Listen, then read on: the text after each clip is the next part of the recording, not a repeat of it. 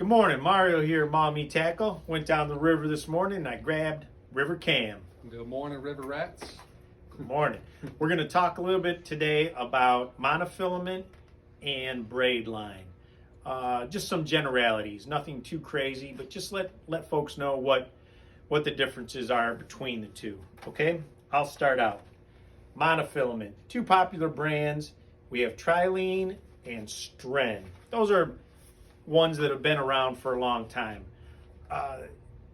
Monofilament is a polymer plastic, okay? It's a plastic that's extruded thin enough for fishing line. Comes in different pound strengths from 2 pound, 4 pound, 6, 8, 10, 12, all the way up to 80 pound. One of the things with monofilament is it can get kind of thick. It's flexible, but it's kind of thick compared to some of the alternatives, okay, modern day alternatives. It's easy to tie knots. It has some stretch to it. So say you're casting out, you hook into a nice big fish.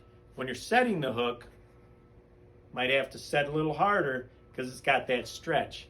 However, when you're fighting the fish and that fish is thrashing around fighting, that little bit of stretch helps provide a bounce cushion for that fish. So you're not yanking the hook out of its mouth as hard, ripping a hole in the fish's mouth. Has a little bit of give, which is an advantage when you're fighting a big fish, okay? Another advantage to monofilament, it's inexpensive, right? So you can pick up a roll of 300 yards monofilament for less than $8, $7-8 at the most, right?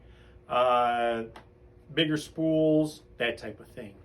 Another nice thing about monofilament, it comes in high visibility, right?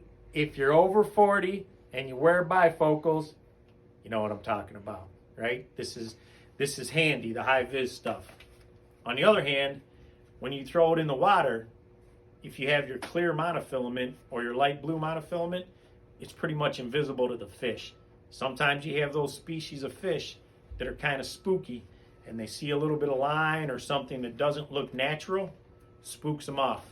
Monofilament's a little less visible. River Cam, he likes to fish with braid. What I got here is braided line. This is Power Pro right there, one of the more popular brands.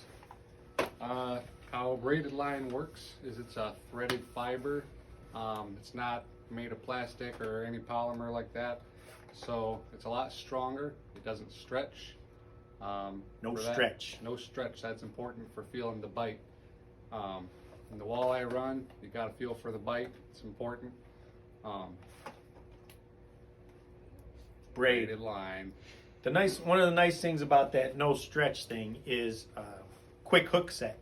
You set the hook, bam, you're setting the hook. Whereas with mono, you might have to do that, pull it a little harder to set the hook because of that stretch. Mono floats, braid sinks a little more, okay? Depending.